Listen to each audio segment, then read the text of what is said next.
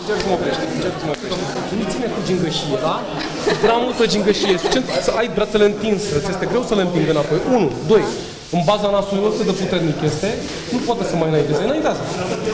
Nu poate să mai înainteze. 15 tineri au răspuns prezent la seminarul de autoapărare ținut la Constanța de 2 antrenori ai clubului sportiv Pontica. Multe au venit pentru prima oară doar din curiozitate. Carmen însă este o prezență obișnuită la aceste cursuri, care și-au dovedit utilitatea în urmă cu câteva luni când a fost victima unei agresiuni. M-a atacat cu un cuțit.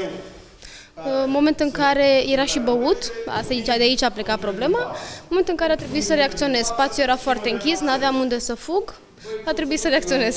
Făceam deja de 1 an de zile autoapărare și am știut cum să reacționez. Multe tineri au pășit pentru prima oară într-o sală de arte marțiale după incidente asemănătoare, spun instructorii.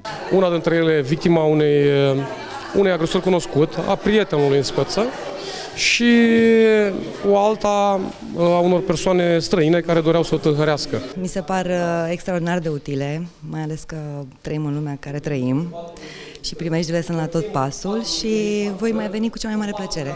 Tehnicile se stăpânesc după ani întregi de exercițiu. Chiar și așa, cei care participă la cursuri spun că deprind mișcările esențiale după doar câteva ore.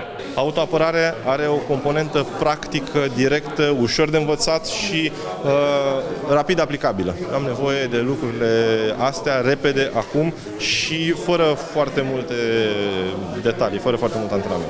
Statisticile arată îngrijorător. În România, una din 3 femei este agresată fizic sau sexual. Tocmai de aceea, din ce în ce mai multe tinere participă la astfel de cursuri de autoapărare, care la un moment dat ar putea salva viața.